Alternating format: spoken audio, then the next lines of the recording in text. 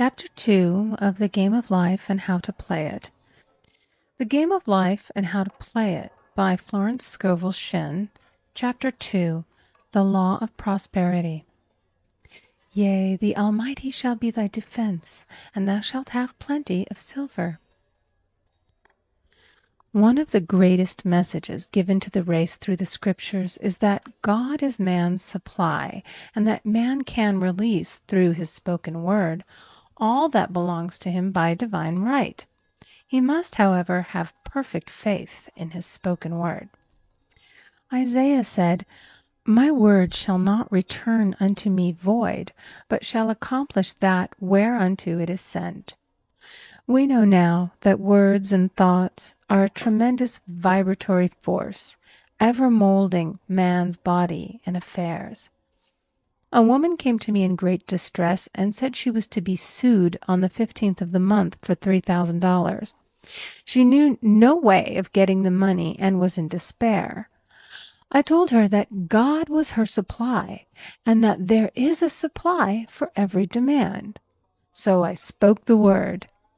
I gave thanks that the woman would receive $3,000 at the right time in the right way. I told her she must have perfect faith and act her perfect faith. The 15th came, but no money had materialized. She called me on the phone and asked what she was to do. I replied, "It is Saturday, so they won't sue you today. Your part is to act rich, thereby showing perfect faith that you will receive it by Monday." She asked me to lunch with her to keep her courage.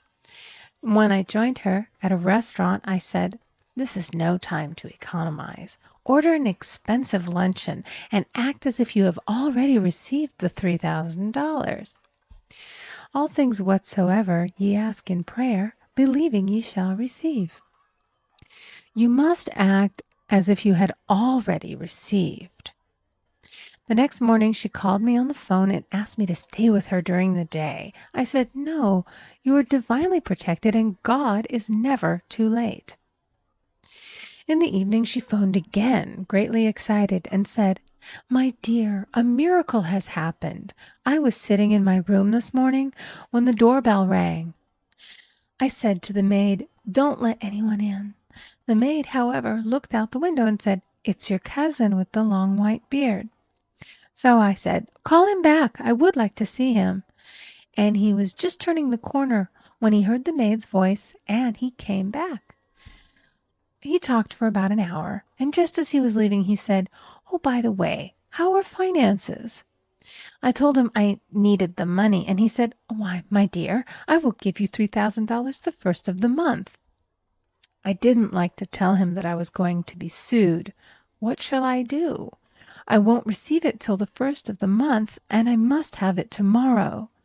I said, 'I'll keep on treating.' I said, 'Spirit is never too late. I give thanks that she has received the money on the invisible plane and that it manifests on time.' The next morning her cousin called her up and said, 'Come to my office this morning, and I will give you the money.' That afternoon, she had $3,000 to her credit in the bank and wrote checks as rapidly as her excitement would permit. If one asks for success and prepares for failure, he will get the situation he has prepared for. For example, a man came to me asking me to speak the word that a certain debt would be wiped out. I found he spent his time planning what he would say to the man when he did not pay his bill, therefore neutralizing my words. He should have seen himself paying the debt. We have a wonderful illustration of this in the Bible, relating to the 3 kings who were in the desert, without water for their men and horses. They consulted the prophet Elisha, who gave them this astonishing message. "Thus saith the Lord, ye shall not see wind, neither shall ye see rain, yet make this valley full of ditches." Man must prepare for the thing he has asked for when there isn't the slightest sign of it in sight. For example, a woman found it necessary to look for an apartment during the year when there was a great shortage of apartments in New York.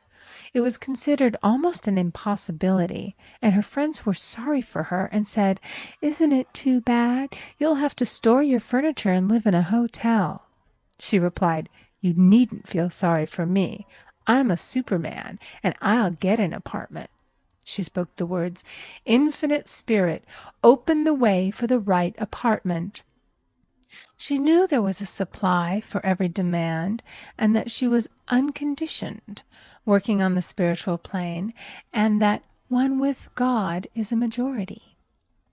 She had contemplated buying new blankets when the tempter, the adverse thought or reasoning mind, suggested, "Don't buy the blankets. Perhaps, after all, you won't get an apartment and you will have no use for them." Promptly she replied to herself, "I'll dig my ditches by buying the blankets." So she prepared for the apartment, acted as though she already had it. She found one in a miraculous way, and it was given to her although there were over 200 other applicants. The blankets showed active faith. It is needless to say that the ditches dug by the 3 kings in the desert were filled to overflowing. Read 2 Kings. Getting into the spiritual swing of things is no easy matter for the average person. The adverse thoughts of doubt and fear surge from the subconscious. They are the army of the aliens, which must be put to flight. This explains why it is so often darkest before the dawn. A big demonstration is usually preceded by tormenting thoughts. Having made a statement of high spiritual truth, one challenges the old beliefs in the subconscious, and error is exposed to be put out. This is the time when one must make his affirmations of truth repeatedly and rejoice and give thanks that he has already received. "Before ye call, I shall answer." This means that every good and perfect gift is already man's, awaiting his recognition. Man can only receive what he sees himself receiving. The children of Israel were told that they could have all the land they could see. This is true of every man. He has only the land within his own mental vision. Every great work, every big accomplishment has been brought into manifestation through holding to the vision, and often just before the big achievement comes apparent failure and discouragement. The children of Israel, when they reached the promised land, were afraid to go in, for they said it was filled with giants who made them feel like grasshoppers.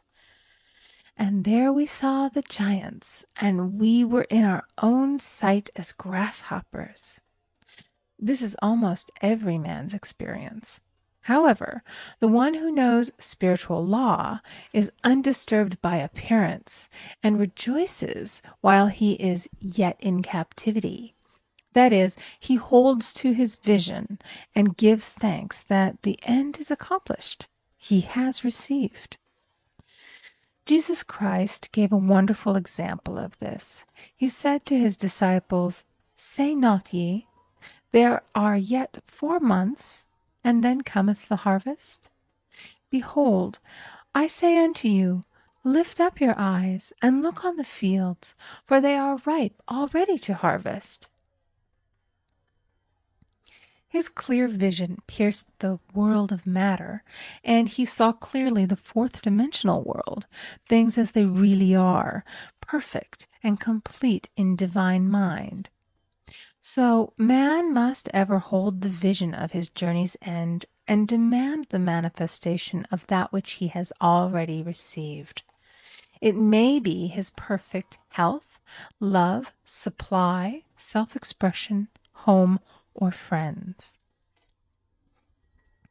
They are all finished and perfect ideas registered in divine mind, man's own superconscious mind, and must come through him, not to him. For example, A man came to me asking for treatments for success. It was his imperative that he raise, within a certain time, $50,000 for his business. The time limit was almost up when he came to see me in despair. No one wanted to invest in his enterprise, and the bank had flatly refused a loan. I replied, "I suppose you lost your temper while at the bank, therefore your power. You can control any situation if you first control yourself." "Go back to the bank," I added, "and I will treat." My treatment was, "You are identified in love with the spirit of everyone connected with the bank. Let the divine idea come out of this situation." He replied, "Woman, you are talking about an impossibility. Tomorrow is Saturday. The bank closes at 12, and my train won't get me there until 10, and the time limit is up tomorrow, and anyway, they won't do it. It's too late." I replied, "God doesn't need any time and is never too late. With him, all things are possible." I added, "I don't know anything about business, but I know all about God." He replied, "It all sounds fine when I sit here listening to you, but when I go out, it's terrible." He lived in a distant city, and I did not hear from him for a week. Then came a letter. It read, "You were right. I raised the money, and I will never again doubt the truth of all that you have told me." I saw him a few weeks later, and I said, "What happened? You evidently had plenty of time after all." He replied, "My train was late, and I got there just 15 minutes to 12. I walked into the bank quietly, and I said, 'I have come for the loan,' and they gave it to me without a question." It was the last 15 minutes of the time allotted to him, and Infinite Spirit was not too late. In this instance, the man could never have demonstrated alone. He needed someone to help him hold the vision. This is what one man can do for another. Jesus Christ knew the truth of this when he said, "If two of you shall agree on earth as touching anything that they shall ask, it shall be done for them of my Father which is in heaven." One gets too close to his own affairs and becomes doubtful and fearful.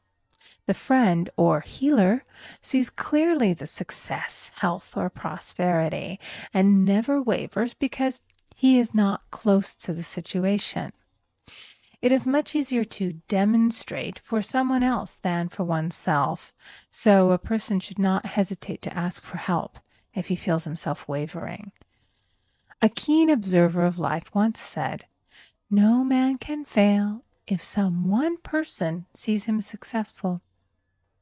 Such is the power of the vision, and many a great man has owed his success to a wife or a sister or a friend who believed in him and held without wavering to the perfect pattern. End of chapter 2. Recording by Amy Conger.